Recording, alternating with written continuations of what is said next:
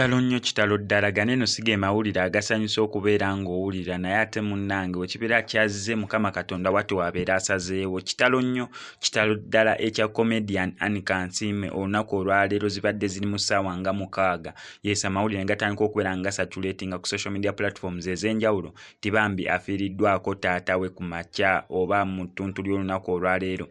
Kansiime daddi we gw'abadde alina oba gw'abadde alinga asigazza oluvannyuma n'olwa maama okubeera nti naye yali Yaffa kati nga love bond yonna eri ku omuntu omu oba omuzadde omu oyo taata we nera abadde amwagala nnyo ne mu bifaananyi eby'enjawulo. Manyi bantu bangi oba celebrity bangi babeerawo naye nga tetumanyi na bazadde baabwe neera omuntu ayagala muzadde we osobola okubeera ng'okiraba. Yes omu ayinza okubeera nga amwagala naye nga tamutijjisa kubeera nga amupostinga for one reason or another naye ate Kansiime abadde ayagala taata we atinira nga amupostinga neera nga mu mwezi at least mubeeramu ekifaananyi nga kimu oba bibiri ng'ali wamu ne taata we okulaga nti neera abadde ng'atera omufaako ng'amukyalira ne Kansiime ng'akyalira taata we so nga beekyaliragana nga omuntu omu g'obeera oyagala nti neera obeera ofaayo nnyo gy'ali obeera ogenda omulaba omulambula weekiteggwako nga togenzeeyo kubeera ng'omulaba.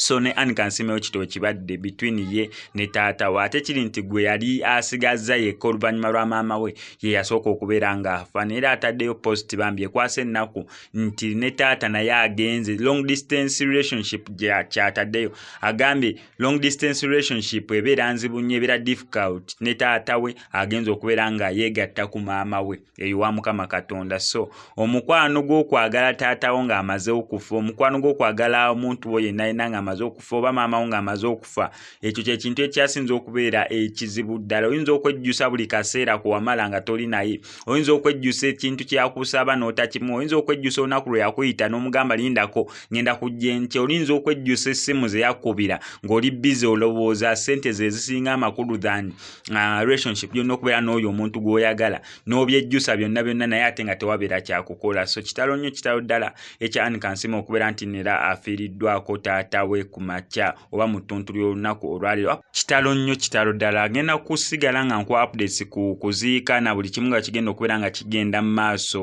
okuziika kwa taata wa Kansiime. Gwe kyolina okukola kusubscribinga no ku SMX Media ebisigadde obindekere. MSSMX I sign out.